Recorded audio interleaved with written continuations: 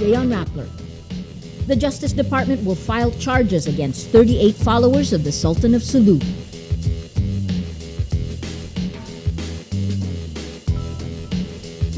Every time we change our leaders in the streets to raw, unadulterated people power or through elections, after installing them, we go home. Senator Anasan says 3 key moments in history, the insurgency, martial law, and people power 1986 were missed opportunities.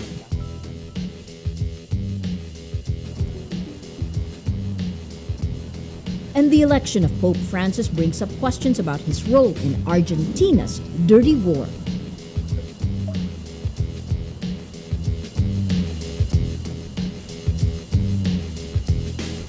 Hello, I'm Maria Ressa. Welcome to Rappler, your social news network. The Department of Justice will file charges against 38 alleged supporters of the Sultanate of Sulu who planned to go to Sabah in the middle of a bloody standoff. Justice Secretary Laila de Lima says DOJ will sue them for violating the election gun ban and Article 118 of the revised penal code, which prohibits inciting to war. De Lima says DOJ will file the charges before the Bongao Tawi-Tawi Regional Trial Court. Sulu Sultanate spokesman Abraham Ijirani confirms 22 of the 38 arrested belong to their Royal Security Force. On Wednesday, the Philippine Navy intercepts a group of at least 35 alleged followers of the Sultan in Tawi-Tawi. The Navy says it seized, quote, numerous firearms and ammunition from the group. Rappler's editor-at-large, Marites Vitug, looks back on a historic event 45 years ago that sparked the Muslim rebellion in Mindanao. Here's her video blog. On March 18, 1968, young Filipino Muslim men being trained to invade Sabah were killed by the military. It's a secret mission that got exposed. Many of the trainees were shot dead and burned, their bodies dumped into the sea. This gruesome murder, known as the Jabida Massacre, sparked the Muslim rebellion that led to thousands of deaths and set back our country's development. Till today, we're still trying to find peace in Mindanao. And just as the government is finally coming close to a peace deal with the Muslim rebels, trouble erupts in Sabah. This time, armed followers of the Sultan of Sulu, who sailed into the island and claimed it as theirs, are fighting a guerrilla war. Many have been killed by the Malaysian authorities. This crisis has made peace ever more elusive. Memories of Jabida are once more in our midst. This is Marites Vitug for Vitug Vlogs. Re-electionist Senator Ringo Anasan played key roles in different parts of the Philippines' history. He identifies the insurgency, martial law, and EDSA, People Power 1986, as key moments because he says they are, quote, missed opportunities. We Filipinos we never miss an opportunity to miss an opportunity. Every time we change our leaders in the streets to raw, unadulterated people power or through elections, after installing them, we go home. We forget that what we went through was the easy part. The more difficult part is the task of nation building. Anasan says he does not believe the Philippines' current problems are the fault of previous administrations. You know, we are a nation at war with each other, according to Secretary Almonte. Yes. Okay, so I think it's about time we bury this culture of anger, hatred, and vindictiveness without sacrificing justice. Anasan also shares his thoughts about the government's handling of the Sabah conflict. So far, mixed signals. We asked them to come home and threaten them with a case, no? Yes. File charges against them. It has now metamorphosed into two separate issues, Maria. The live legitimate claim to Sabah and the welfare of 800,000 Filipinos in Sabah, which, by the way, we should account for. No, we cannot allow it to remain as a bilateral issue between us and Malaysia. No, this has to be resolved by the United Nations, Yes. ASEAN, International Red Cross, Amnesty International, or all of the above. Despite a heated local rivalry between Liberal Party and Nationalist People's Coalition, Team Pinoy is confident Pangasinan will vote for the administration coalition because of President Aquino. Natasha Gutierrez reports. In the words of senatorial bet Jambi Madrigal, the Gupan can make or break a candidate. She couldn't have said it better. In Pangasinan, 1.6 million voters are at stake, the country's third vote-richest province. It's no wonder Team Pinoy, the coalition of the president, pulls all stops here. Pangasinan is a key battleground for the Liberal Party and the National People's Coalition. The gubernatorial race is bitter, with LP bet Nani Braganza and NPC incumbent Governor Amado Espino throwing mud at each other. President Benigno Aquino III hopes he will get the same support from Pangasinan voters as he did in 2010. Pangasinan overwhelmingly voted for Aquino in the 2010 presidential race.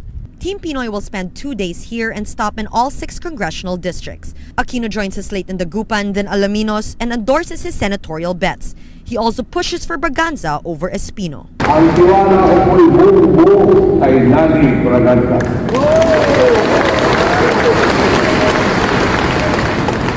Di tutulad ng iba, hindi niya isusugal ang inyong kinabukasan. Wala sa popularyo niya ang paggamit ng lakas at taas para humapit sa kapangyarihan. Despite NPC's power here, local alliances don't worry campaign manager Franklin Drilon. He calls Pangasinan Aquino's bailiwick and expects support from the NPC to carry Team Pinoy.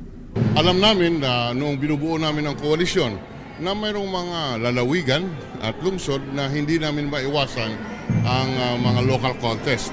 Kaya aming pinagtibay na pagdating sa local, kung mayroong kami mga kandidato, hayaan na naming magkaroon ng matinding labanan sa lokal.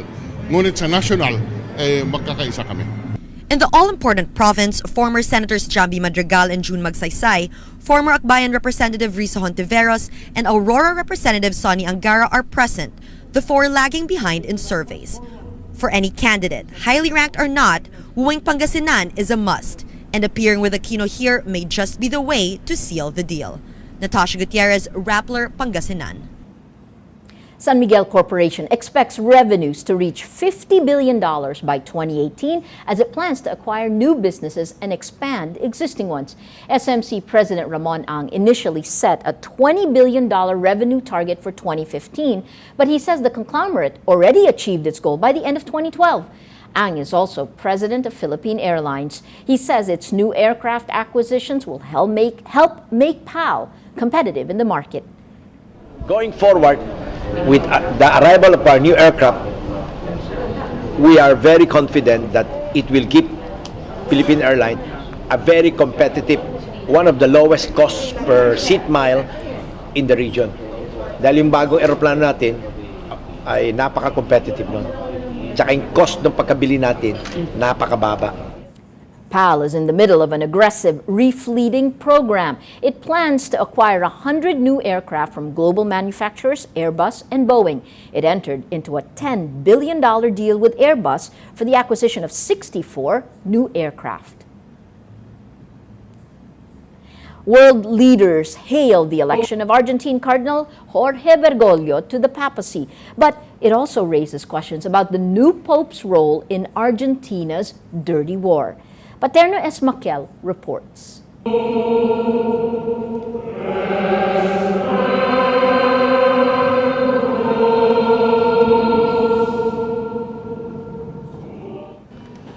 Days after the conclave ends, the rule of Pope Francis in the Argentine dictatorship hounds him. Leftist author Horacio Verbitsky says then Father Jorge Bergoglio collaborated with Argentina's dictator Jorge Rafael Videla. Verbitsky extensively wrote about Argentina's dirty war from 1976 to 1983. Verbitsky publishes a photo of Bergoglio giving Holy Communion to Videla. Critics also bring up the case of 2 Jesuits whom Bergoglio allegedly failed to protect from the dictatorship. Bergoglio denies this claim. In 2005, his biographer says he took extraordinary behind-the-scenes action to save them.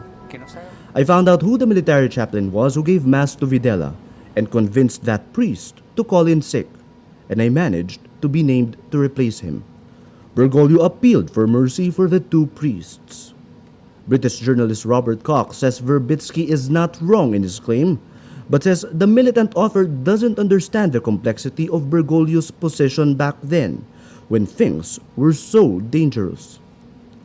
Under Bergoglio's leadership, Argentina's bishops issued an apology in 2012 for the church's failure to protect its flock. These issues were raised before the 2005 conclave, when Bergoglio turned out to be a runner-up to Pope Benedict. This time around, the negative campaigning after he ascends the seat of St. Peter does not seem to dent the enthusiasm for the new Pope. In his first homily as pontiff, Pope Francis makes it clear politics isn't his priority. He says the Catholic Church should go back to basics or it will become what he calls a pitiful NGO. E terzo, confessare.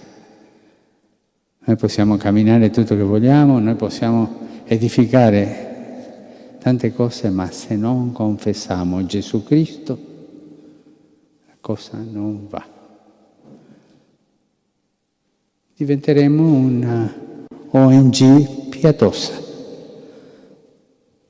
ma non la Chiesa sposa del Signore. Pope Francis stresses faith and courage. Inevitably, Pope Francis will interact with more leaders and dictators as he leads 1.2 billion Catholics.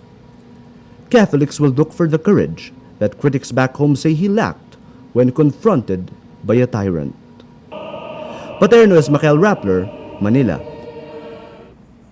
On Friday, the Vatican rejects as defamatory claims that Pope Francis did not do enough in his past to save 2 priests tortured by the Argentinian military junta. Pope Francis warns the Church against a lack of faith in his first Mass as Pope. In a 7-minute unscripted homily, Pope Francis urges the cardinals to have courage and move the Church forward.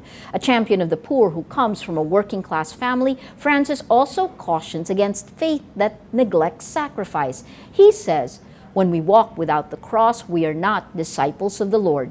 On Thursday, victims of child abuse and Catholic-run institutions in Ireland call on the new Pope to hold accountable the priests who covered up the abuse. Benedict XVI apologized in 2010 to the Irish victims of clerical sex abuse, but critics say he failed to act against those responsible.